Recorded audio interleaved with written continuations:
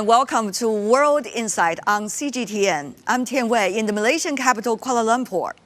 Today we present a special program, The Power of Ideas, a China-ASEAN Dialogue.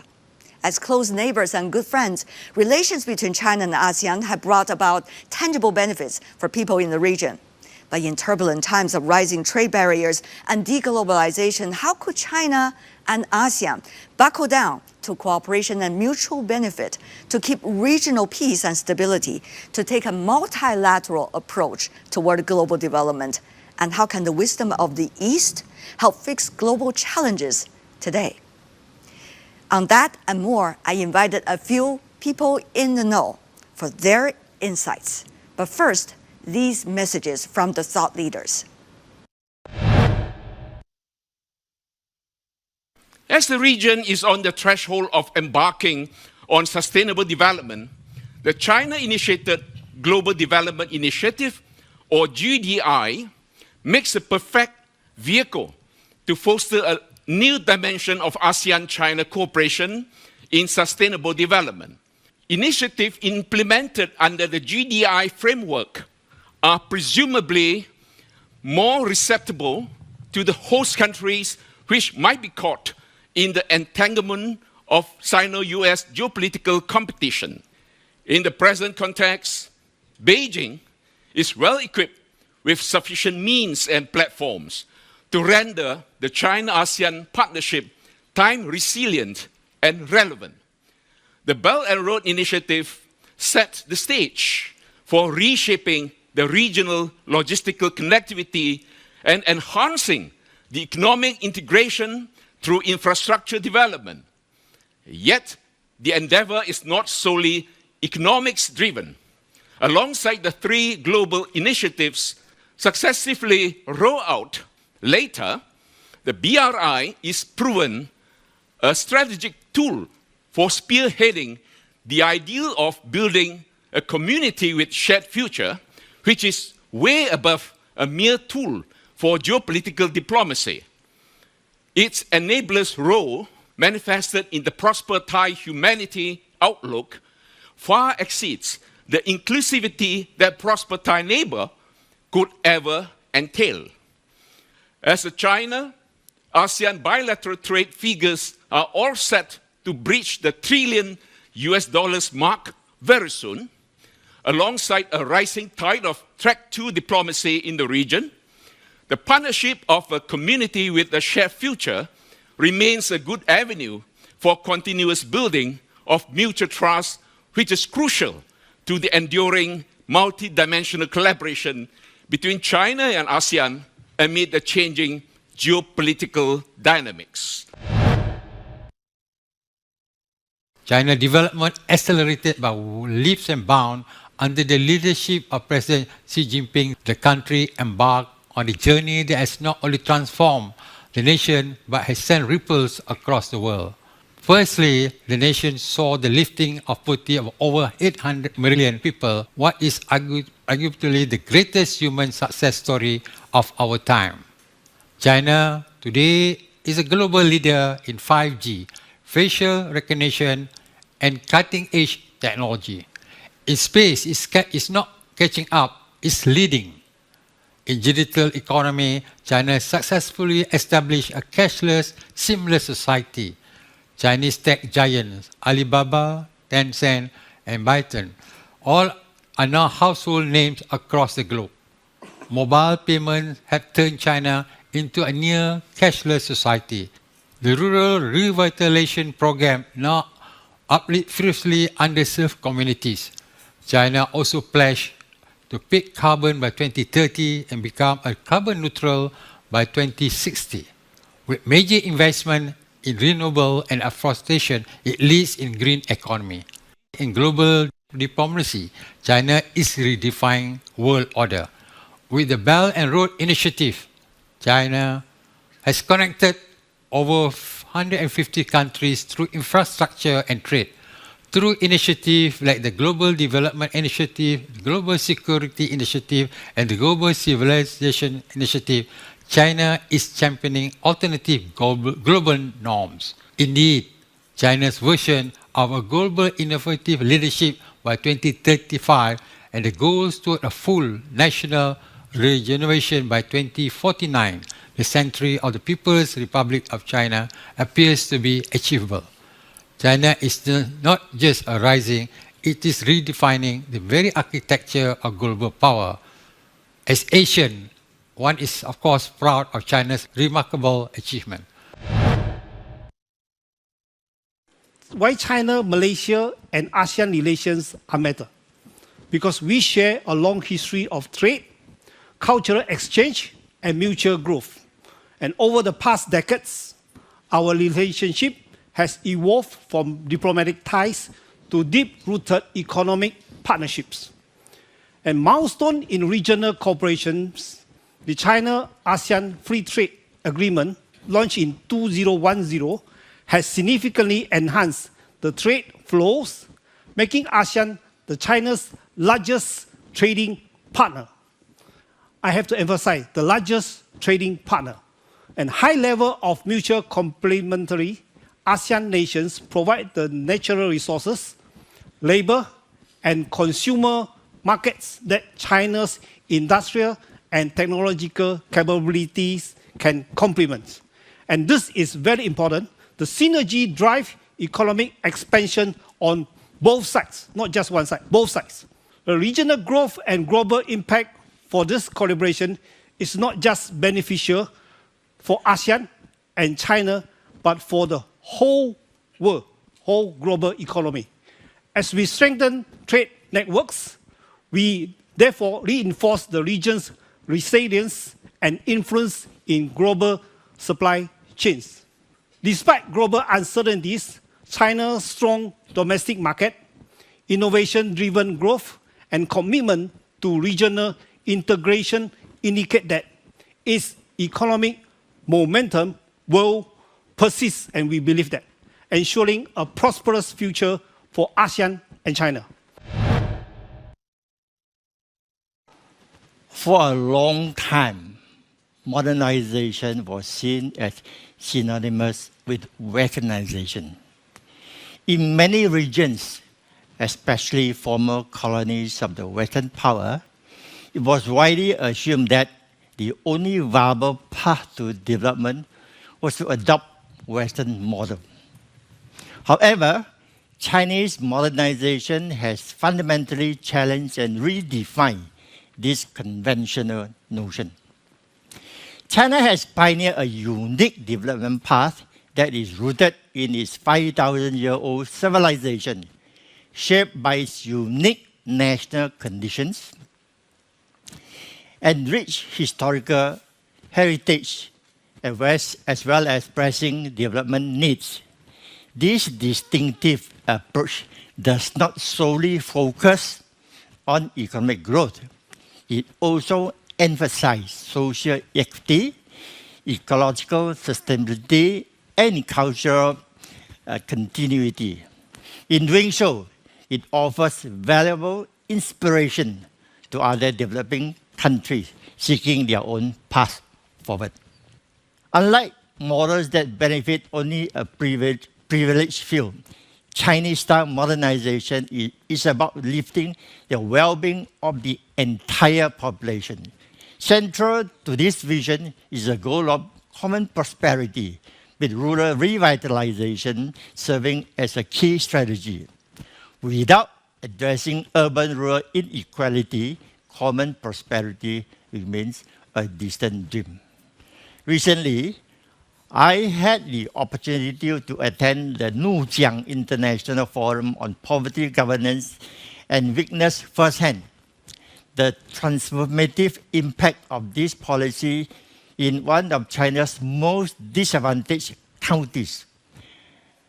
These stories are living proof that the people, as the foundation of the state, is not just a slogan, but a living philosophy embedded in policy and practices.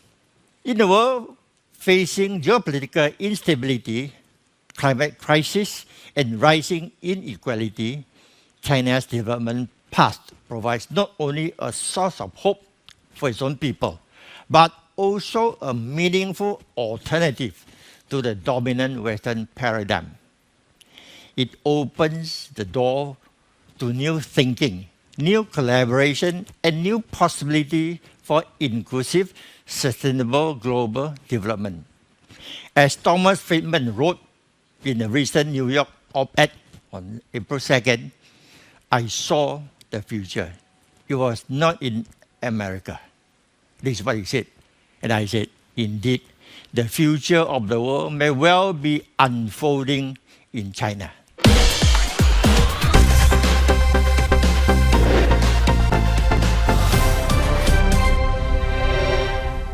Chinese President Xi Jinping is going to make several state visits to the neighboring countries of China, and that certainly includes Malaysia.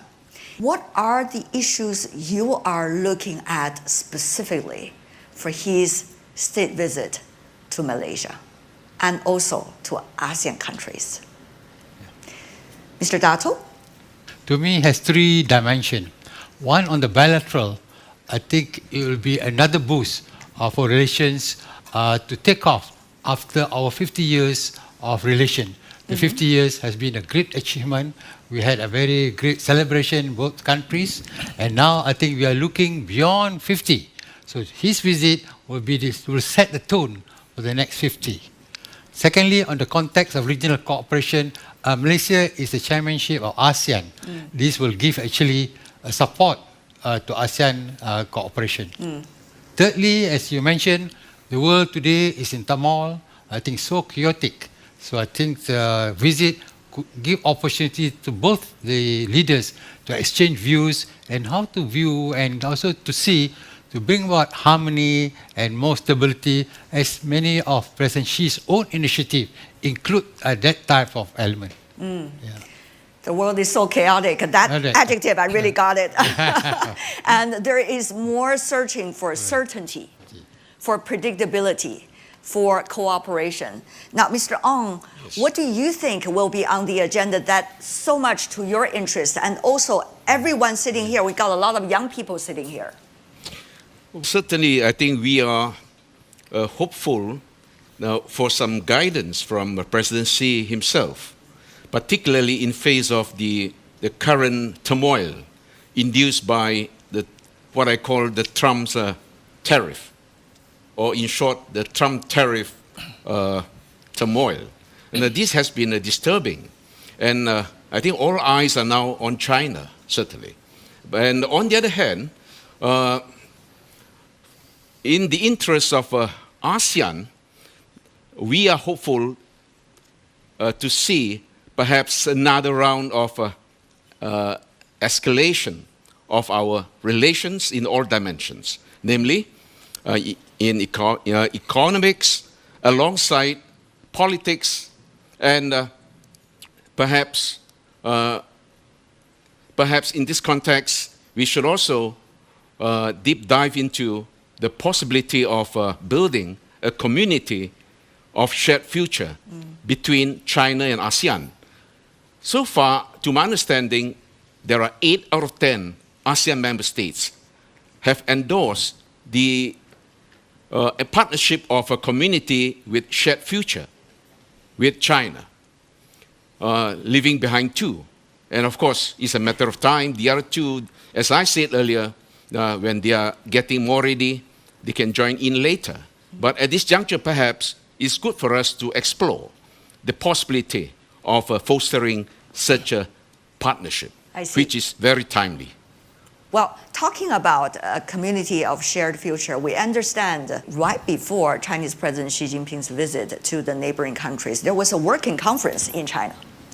It is focusing on building community of shared future with neighboring countries and to upgrade the neighborhood work. Now, there was earlier already a community of shared future idea and philosophy coming from the Chinese leadership, but now it seems that it has been particularly emphasized in terms of neighborhood. So, Mr. Koh, what is your interpretation of that? How is that likely to translate into real conversation, into real cooperation this time during his state visit to Malaysia? Yes, I think the ASEAN, of course, is a very close neighbor. ASEAN countries are very close neighbor of China, and we have very long historical relation, and very close in terms of economic, and as well as people-to-people's bond. You know, of late we have waived the visa requirements, and now a lot of people may not know there's a huge number of Chinese students studying in Malaysia, about 60,000. Yeah, and then in Malaysia we have this second Malaysia, my second home. The Chinese are the largest holders, you know, my dear giant. So people-to-people bond is the foundation of country-to-country relation. These days, what do you think, China-ASEAN business and trade relationship as an important component of the global trade? What could it mean to all of us today? As it is, I would take it as a model of a stabilizer in stabilizing the global trading system, which is now being haunted, I use the word haunted, increasingly by tariff, for instance, and rising protectionism. That is worrisome. And also at the same time, I could see the dysfunctionality of WTO in recent years. Because in the past, of course, we had been pinning high hope on WTO in so-called the rules-based trading system to keep watch on it. But unfortunately, it is now in tatters. I think this is something that we need to put it back on track if at all we want to have a good global governance. Mr. Dato, recently we understand that the economic ministers of ASEAN economies gathered together because they believe the power of concerted voice. How do you think the current environment is likely to help ASEAN economies to think more clearly about what kind of future it wants and how they can create a better environment for businesses? Actually, for a long time, both ASEAN and the world actually work out very successful with this multilateral platform called, as Mr. Ong mentioned, WTO. That's where countries resolve differences, especially trade differences regarding tariff. Because tariff issue among nations is not new. It's gone even in centuries, So we have a very wonderful hopefully system. we are not repeating all the mistakes. Yes. That's the thing. So, so there was this, of course, WTO is not totally perfect. There are some weaknesses, But for Mr. Trump to actually announce this unilateral thing, it actually really undermined the confidence the global community has on trade, on trading rules, how we should solve differences. So from that, I think your question, how should ASEAN respond to this, But I think as you can see from the minister's statement, I think as a basis, we should not panic because ASEAN also have gone through this crisis in 1997, 98, the financial crisis. So I think we also have a very, a composed response, and then we did better. So hopefully in this, of course, this tariff war is much more serious. But I think given this, and I think in a way also, China has taken this position, but China has one legitimate right, because since China has been punched, so maybe China has a right to punch back. So maybe you can look in that context, But I think overall, still, I think the world needs cooperation. Yeah. There are this current difficulty, maybe caused by one personality or group idea, but I think that's why I think ASEAN and China could, in a few weeks, come up with a solution, because we already have a very strong cooperative framework.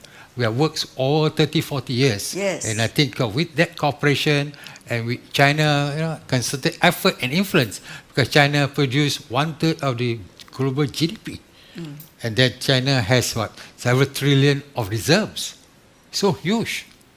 And also if you combine China plus Japan and also South Korea, and they have the highest number of foreign reserves, which all can be utilized to overcome these difficulties. Right. Yeah. Stabilizing effect is very important these days. And I think China can play this role, as Mr. Wong mentioned. Yeah. Having said that, though, if you look at what is going on today in Asia, particularly between China and ASEAN, there's already very well-established mechanisms. For example, with the China-ASEAN Free Trade Agreement, there is also RCEP. To you, Mr. Koh, I want to ask whether these mechanisms will serve their purpose, particularly now. I think both sides can learn from each other, can benefit from each other, and then economically, there's high complementarity between the two parties. So, yes, I think this mechanism works well and will continue to work well. What about for you, Mr. Tan? I think it will work better from now onwards. And especially ASEAN, maybe I speak from my Malaysian sides. I think we Malaysian... And rightly so. Yes. I think we will really focus on this RCEP and all these whatever free trade policies. And Malaysian businesses would now understand more about what happened in US and China. And we would basically, the new tariff problem force Malaysian businesses towards align to China, because predictable and we like the way they do things with us. Everything discussed first. We don't impose whatever value which people don't like, and you just impose too. We like China negotiation side, and we would prefer to work with China, and we welcome China to help us. Mr. Dato, your thoughts? Well, I think as you know mentioned, some of the mechanisms. Yes, I know. When you are working as ambassador, I'm sure you're already preparing the ways for these mechanisms to be eventually come true. Yeah, in fact, it's one of our responsibility to put the structure. I think of course the relationship now has actually extended to 30 years. To me, I think the present structures has served its purpose, but I think we need to upgrade. Perhaps maybe we need to upgrade the level of the leadership. Perhaps now some of the committees are headed by a deputy minister. Maybe it's high time to elevate to minister or deputy prime minister, where fast decision could be made. Because as you mentioned, though they have this mechanism, but I think the result has been in some senses very slow. And one of the reasons could be this bureaucratic indecision. And this can be overcome by each side having higher political representation. I think one should look at that. And secondly, also, the world has evolved. China itself also has changed. So I think China now is in a position of actually reach, production at the level that I think no other country can match, because you have reached, the technological efficiency. You can produce goods, high quality, but at a lower price. So it is something that could be harmonized with ASEAN. I think ASEAN needs actually that type of gap to bring a stronger GDP growth for ASEAN. That's where China can play the role.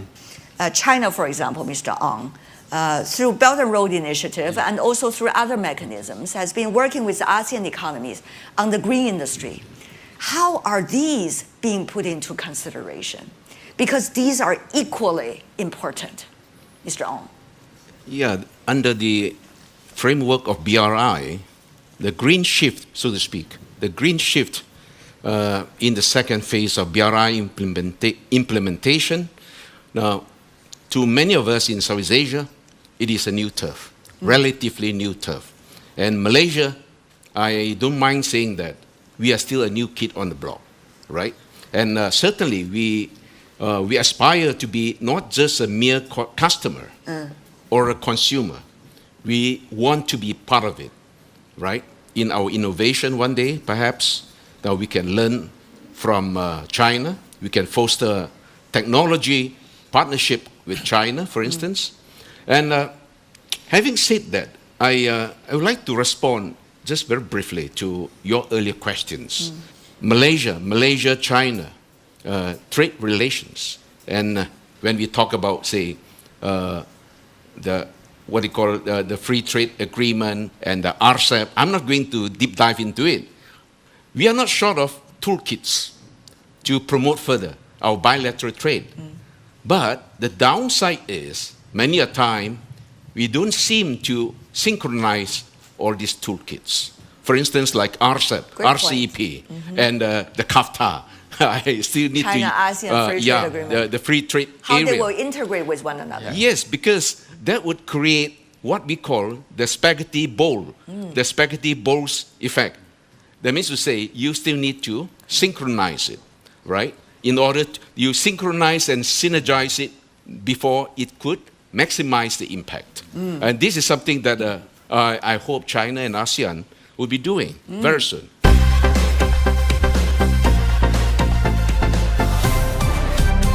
For green technology and the integration. I think the whole world, all the leaders are talking about green technology, and we want to preserve the environment, except one person, President Donald Trump.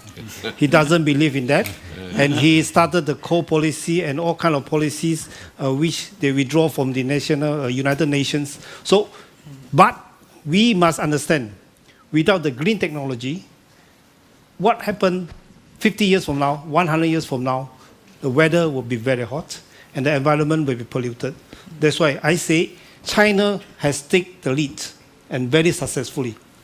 With green technology, I think China can help us, especially like China, like Malaysia and some other ASEAN countries. China can use your technology, can use your experience, expertise to help all these ASEAN countries to go green. How to go green, and maybe help us first set up the station, the charger station for the green technology. And China has the technology expertise, and you have the financial resources to help us. And that's what businessmen like that. I can see your point is very straightforward. Having said that, though, we are already see some very successful examples with transportation. If I could come back to you, Mr. Ong. Yep. Because earlier I visited the office of the Minister of Transportation. Anthony. Yes, I look at the trains, which can run more than 150 kilometers an hour now. Yeah. And also the East Coast Rail Link, which is linking so many towns, cities in Malaysia.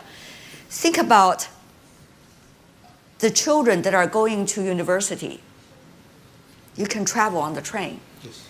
Think about the mom and pop shops that can have better business. And think about the businesses that are willing to move along that trade line, and also many other transportation places, connectivity places. These are just one of those many examples. China and Malaysia are working together. If I understand right, it was a Chinese contractor that are working on the building of this, despite the very complex geographic locations of Malaysia. So tell us more, as a former Minister of Transportation, how will these good examples be learned widely by the public and also become inspiration for our businesses, for our societies? In the first place, I'm not here just to talk about positive things, because we are hearing too many negative things these days. We really need some shining example, good examples to enlighten our future. So, Mr. Ong, please. in the first place, ECRL, or East Coast Rail Link, was a long-hedge issue. Tell me about that. Long-hedge project years before the inception of BRI. I still can remember that. Even before I came to assume the minister's post in MOT, Ministry of Transport. Unfortunately, due to the financial constraints, we had to hold it back, right? And it was until we managed to convince the Chinese side to enter into the picture, right? Through the arrangement of loans to finance the project, Exim Bank and the like, right? Now, just very quickly, the project was designed to balance the disparity, the economic disparity between the developed west coast of Peninsular Malaysia and the economic backwaters. I use the word economic backwaters in the East Coast states. And just now you had rightly pointed out that Now, this project actually is not just to facilitate the connectivity, the logistical connectivity, but also at the same time, we could see along the road, right, all the way from East Coast to Serenda to Klang, right, this part of West Coast. Now, we could see the mushrooming of many small towns. Indeed. Right. Amazing. And economics, of course, again, economics is a key factor, the driving factor, right? Bringing prosperity to all these small towns. And I believe that would reshape the well-being, the livelihood of the people in the so-called economic backwaters in those days. You know, what we are talking about today, whether it's economic, trade, or transportation, reminds me of the popular thoughts of South-South cooperation. China, Malaysia, China and ASEAN economies are of, quote-unquote, the global South. We see these kind of cooperation inspiringly taking place these days. How will that be able to enable these economies to be more confident about themselves, to be able to stand firm amid turbulences today, to have a strong core, not be swayed away by the issues of the day? As we are looking for stability, we're also building stability ourselves. So I'm very curious about that, your thoughts. Well, I'm not trying to praise China, but China play a key role. The South countries look up to China because of the size of its economy, because China is sharing. When it becomes the second most powerful economy in the world, so it shares its market, its technology, its finance with the world. So that is very important. In a world that is now, I don't want to use that word, but the leaders of the U.S. tend to weaponize, politicize, everything to further its geopolitical interest. China is not. China is a country that treasures peace. China's rise is peaceful rise. It is sharing its market, its technology with South countries. So it helps a lot. So you are talking about how does these South countries can develop their economy. So we have to work closer together through BRI, to a lot of other things. Yeah. So I think that's a way forward. As we talk, this year is the 70th anniversary of the Bandung Conference. I don't know whether many of our university students sitting here understand that. It's 70 years, quite a long time ago. But at that time, many countries in Asia just experienced their decolonization. They became independent, including the country we are in today. And they are trying to seek confidence, strength. And they realized only by working together they could obtain that. Individually, divide and conquer, they are going to be the weaker party. Collectively, though, it's going to be a different story. So 70 years ago, they made a choice to have a conference called Bandung Conference and have the Bandung spirit, which is for peace, cooperation, alliance movement. So all of these sounds like ancient political words to all of you, I know, but think about it. It takes a lot of wisdom and courage to do so. Now, in retrospect, Mr. Dato, especially when we are facing with quite a complex picture right now, think about how they did it 70 years ago and what it could mean to all of us today. Mr. Dato. Well, I think we should revisit the spirit of Bandung, because when it was first formed, it was actually... Not only revisit, but refresh. Yes, I'm trying to add to that. Update. Yeah, because at that time, it was more targeted towards political freedom. Country wanted, to have freedom from the colonial masters. As you say, you must get together. to actually demand that, and it happened. But now I think we have reached a new stage that now, after independence, developing countries want to have economic content, want to have comfort for its people. And for a long time, this country were looking for it, but they're not getting it. Though there was some dialogue with the North, but did not happen. Then I think we saw the emergence of China with all the economic success, and China has a tool towards economic prosperity, trade, technology, and that's why actually it's a natural cover both for South Global South to work with China, and China can give the inspiration, and that is where, as you say, we could uplift the spirit of the Bandung in this new context, where it is for prosperity and also to actually again defend our interests, but this time economic interests, that we should not be bullied as what we went through 70 years ago. So I think it's good that both China and the Global South, there are actually now common perception that this engine should be further strengthened, and I'm happy to see that China is playing a big role in the promotion of Global South and cooperation. And so is Malaysia. The Yeah. Prime Minister of Malaysia, Yes. Mr. Anwar Yeah, Ibrahim, yeah. has been a strong leader within the region and beyond, especially this time ASEAN chairmanship, rotating chairman is in the hands of Malaysia, and we see a lot of coordination going on among ASEAN economies. So great job over there as well, coming from a humble soul. And what about for you, Mr. Ong, before we wrap it up? Well, in retrospect, way back in 1955, that is 70 years ago, at the height of Cold War,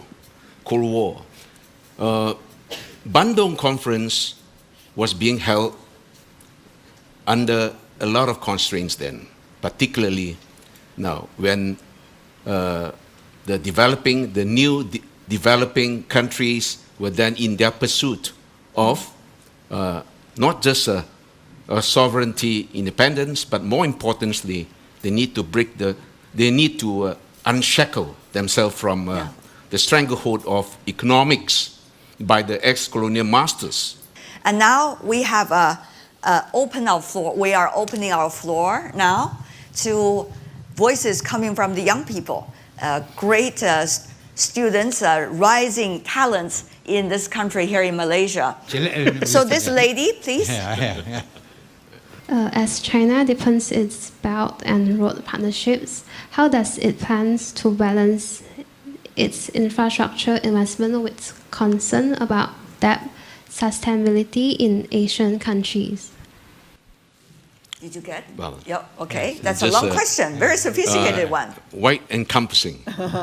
Well, I tried to answer your question. Thank you for your question anyway.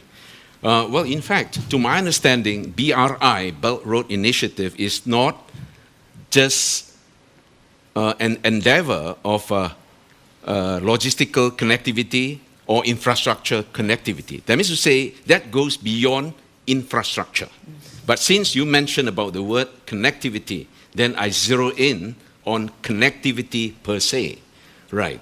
And connectivity, for instance, like what we have in Southeast Asia. We don't talk about Latin America or other parts of the world, but connectivity projects in Southeast Asia, in ASEAN. Now, definitely, there would be two projects coming to our mind, naturally.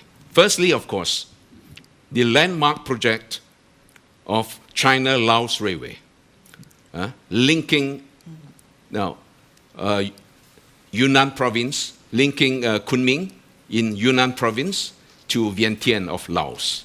And so far, I think now this particular project has reshaped the logistical connectivity, logistical landscape in peninsular ASEAN, right, on one hand. And on the other hand, it has enhanced the economic competitiveness of Laos. Because Laos, we know that it was a landlocked country, right? Now, without any ports or whatsoever. But now that with this China-Laos railway, it is transforming fast into a land-linked country, from landlocked to land-linked, meaning now such a progress would certainly enhance further the competitiveness, economic competitiveness of Laos. Right, this is number one. And in addition to that, of course, the Jakarta-Bandung high-speed rail. Of course, a lot of Malaysians, they are enviable of their counterparts in Indonesia, particularly in Jakarta. And having said that, I think Jakarta-Bandung high-speed rail actually is the first ever high-speed rail in the entire Southeast Asia.